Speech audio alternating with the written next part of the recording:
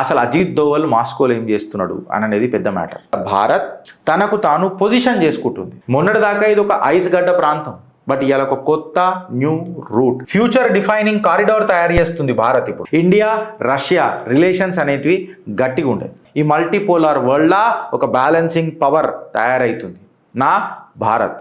అజిత్ దోవల్ గారు మీటింగ్ పోయినరు అంటే ఖచ్చితంగా అది భారత్లో ఫేవర్లు ఉంటుందని మనకు అందరికీ తెలిసిందే.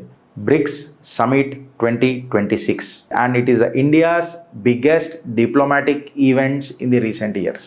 ఇప్పటిదాకా చేసింది ఒక ఎత్తు, ఇది చేసింది ఒక ఎత్తు. చాలా మంది ఎందుకు మాట్లాడుతున్నారు, why people are talking about Putin and Xi and Modi. Bharat is hosting the stage. మేరా భారత్ మహాన్. ఒక కీలకమైన న్యూస్. ఏం జరుగుతుంది ప్రపంచంలో? కువైత్ ఏం చేసింది, ఇజ్రాయెల్ ఏం చేసింది, ఇరాన్ ఏం చేసింది, అమెరికా వాడు ఏం చేస్తున్నాడు, జరిసే పక్కకు వెళ్దాం. అసలు అజిత్ దోవల్ మాస్కోలో ఏం చేస్తున్నాడు అనేది పెద్ద మ్యాటర్. ఏదైనా మన భారత్ చుట్టే ఉండాలి కాబట్టి అజిత్ దోవల్ మాస్కోలో ఏం చేస్తున్నాడు అంటే, ఇండియా నేషనల్ సెక్యూరిటీ అడ్వైజర్ 2 రోజులు మాస్కోలో ఉండే. ఇది ఒక కేవలం రొటీన్ డిప్లొమాటిక్ ట్రిప్ కాదు ఫ్రెండ్స్. బిహైండ్ సీన్స్లలో ఏమవుతుంది అనేది చాలా ఇంపార్టెంట్. టైమింగ్ చాలా ఇంపార్టెంట్ వస్తుంది. ఎందుకు అంటే, అజిత్ దోవల్ రష్యాలో జరుగుతున్న ఒక ఇంటర్నేషనల్ స్క్రూటినీ ఫారం, ఎక్కడైతే మన అన్ని దేశాల నుంచి ఎవరైతే అఫీషియల్స్ ఉంటారో వాళ్ళు వస్తారు చూడు. దేనికోసం వచ్చిర్రు వీళ్ళంతా? ఒక మల్టీపోలార్ వరల్డ్ సిస్టమ్ తయారు చేయడానికే వచ్చిండ్రు. అంటే గ్లోబల్ పవర్ ఏదైతే ఉంటుందో వాళ్ళు ఒక దేశం ఒక పెత్తనం చేసి కంప్లీట్గా నేను చెప్పినట్టే నడవాలని అన్నప్పుడు, ఒక మల్టీపోలార్ వరల్డ్ తీసుకొచ్చినప్పుడు అప్పుడు బ్యాలెన్సింగ్ పవర్ ఎవరు ఉంటారు అనేది కీలకమైన అంశం ఉంటుంది. సో ఇవి డిస్కస్ చేయడానికే పెద్ద పెద్ద దేశాల నుంచి అందరు పోయినరు. అందులో నుంచి 2 రోజుల పాటు 3 రోజుల పాటు మన అజిత్ దోవల్ గారు కూడా పోయిండ్రు. ఎందుకు పోతున్నారు? ఈ మల్టీపోలార్ బ్యాలెన్సింగ్ వరల్డ్ ఎందుకు తీసుకొస్తున్నారు అంటే, ఒక దేశం మీద డిపెండ్ అయ్యి కంప్లీట్గా వాడి పెత్తనంలో నడవాలనంటే మన ఫ్యూచర్ దెబ్బతింటుంది కదా అనేది ఒక పెద్ద ప్రశ్న. సో ఇలా భారత్ తనకు తాను పొజిషన్ చేసుకుంటుంది కంప్లీట్గా ఈ కంప్లీట్ మల్టీపోలార్ వరల్డ్. ఏ రకంగా అని చెప్పి మాట్లాడితే, బియాండ్ డిప్లొమసీ ఒక స్ట్రాటజిక్ పార్ట్నర్షిప్ తీసుకొని వస్తుంది ఇండియా ఇంకా రష్యా. రష్యా వాళ్ళ కోఆపరేషన్ ఏదైతే ఉందో కీ సెక్టార్స్ ఎక్కడెక్కడ, డిఫెన్స్ అండ్ సెక్యూరిటీ సెక్టార్లల్లో, షిప్ బిల్డింగ్ సెక్టార్లల్లో, ఆర్క్టిక్ ఎమర్జింగ్ రూట్స్లల్లో. ఇది మనందరికీ తెలిసిందే. డిఫెన్స్ సెక్యూరిటీ తెలిసిందే, షిప్ బిల్డింగ్ తెలిసిందే. ఇన్ఫ్యాక్ట్ చెప్పాలనంటే కొత్తగా మనకేమనిపిస్తుంది అంటే, ఈ ఆర్కిటిక్ ఎమర్జింగ్ రూట్స్ ఏంది గిరీష్, దీన్ని మనం చర్చిద్దాం. ఇప్పుడు ఎనర్జీ సెక్యూరిటీలో మనం ఖచ్చితంగా రష్యాతో చేతులు కలిపే ముంగడిపోతున్నాం. స్పేస్ కోఆపరేషన్లలో భారత్ రష్యా ఇప్పటి నుంచో కాదు ఎప్పటి నుంచో పనిచేస్తుంది. అయితే ఈ ఆర్కిటిక్ ఆపర్చునిటీ ఏంది గిరీష్, ఆర్కిటిక్ ఎమర్జింగ్ రూట్స్ ఏంది గిరీష్ అని చెప్పి మాట్లాడితే, మొన్నటిదాకా ఇది ఒక ఐస్ గడ్డ ప్రాంతం, బట్ ఇవాళ ఒక కొత్త new route, a strategic edge. ఎట్లా అంటే, ఇది ఒక shorter, faster, cheaper route. North sea రూట్ని అగర్ మనం ఈ రూట్లలో తీసుకొని పోతే, ఇది 40% of the distance between Asia and Europe ఏదైతే ఉంటుందో దాన్ని కట్ చేస్తుంది ఫ్రెండ్స్.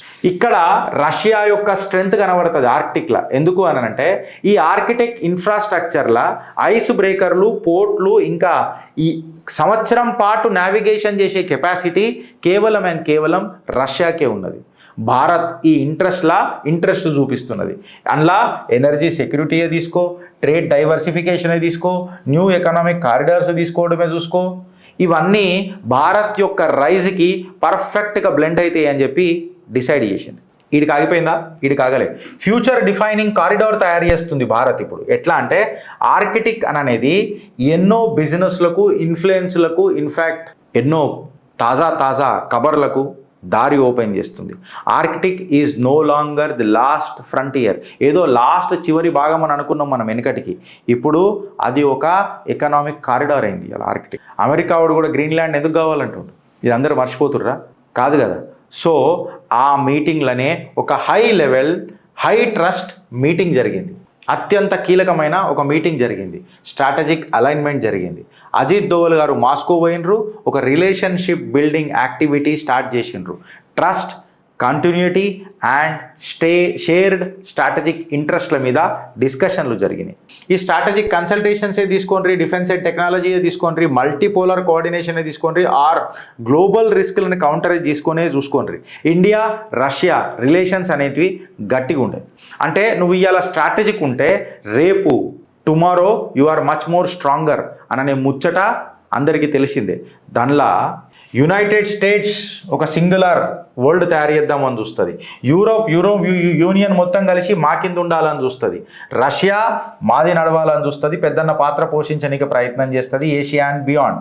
ఈ అన్నిటినీ గుంజి తన వైపు గుంజుకుంటుందే నా భారత్. ఈ మల్టీపోలార్ వరల్డ్లా ఒక బ్యాలెన్సింగ్ పవర్ తయారవుతుంది నా భారత్. ఏ పార్ట్నర్షిప్ అనేది ఒక 5 పిల్లర్ యాంగిళ్ళ మీద వరల్డ్ డిసైడ్ అవుతుంది ఫ్రెండ్. వరల్డ్ డిసైడ్ అవుతుంది అని చెప్పి మాట్లాడితే అజిత్ దోవల్ గారు మీటింగ్ పోయిన అంటే ఖచ్చితంగా అది భారత్లో ఫేవర్లు ఉంటుందని మనకు అందరికీ తెలిసిందే. అండ్ అత్యంత కీలకంగా ఇవాళ ఇది చర్చనీయాంశం ఎందుకైంది అని చెప్పి మనం మాట్లాడితే ఇప్పుడు వస్తుంది అసలైన సిసలైన కథ. బ్రిక్స్ సమిట్ 2026 కంప్లీట్గా ఇవాళ ఇండియా ఇది ఈ బ్రిక్స్ సమిట్ని భారత్ ఈసారి ఎంగేజ్ చేస్తుంది. 2026 అనేది ఇంత అటెన్షన్ ఎందుకు చేస్తుంది అని అంటే ఎక్స్పెక్టెడ్ డేట్స్ 12th నుంచి 13th సెప్టెంబర్ 2026 మధ్యలో ఈ BRICS foreign ministers meeting etcetera జరిగేది ఉన్నది. And it is the India's biggest diplomatic events in the recent years.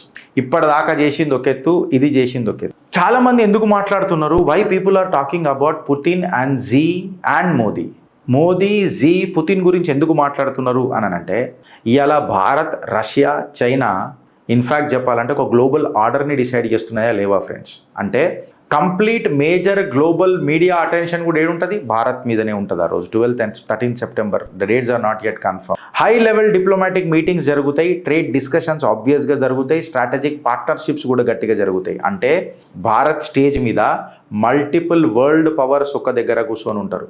So ఆబ్వియస్గా ఒక ప్రిపరేషన్ కూడా చేయడానికి పోయి ఉంటాడు అజిత్ దోవల్.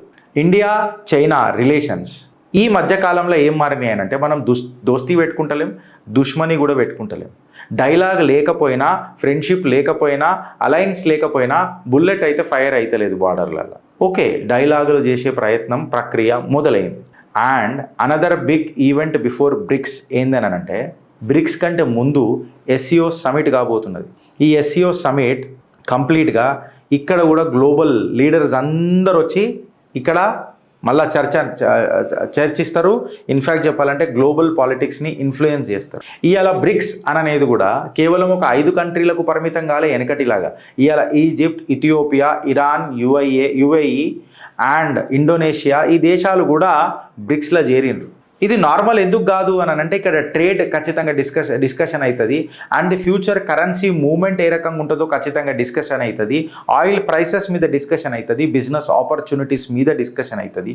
గ్లోబల్ మీటింగ్స్ జరిగినాయి అని అంటే ఖచ్చితంగా భారత్లో కూడా దీని లోకల్ ఇంపాక్ట్ ఖచ్చితంగా ఉంటుంది.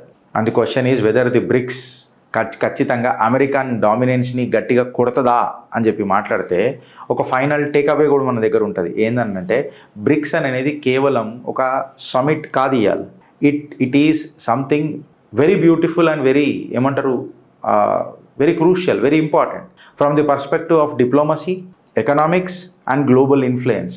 ఎందుకు అంటే Bharat is hosting the stage. బ్రిక్స్కి ఎవరు స్టేజ్ చేసిర్రు ఈసారి? మేరా భారత్ మహాన్. భారత్ మాతాకి జై.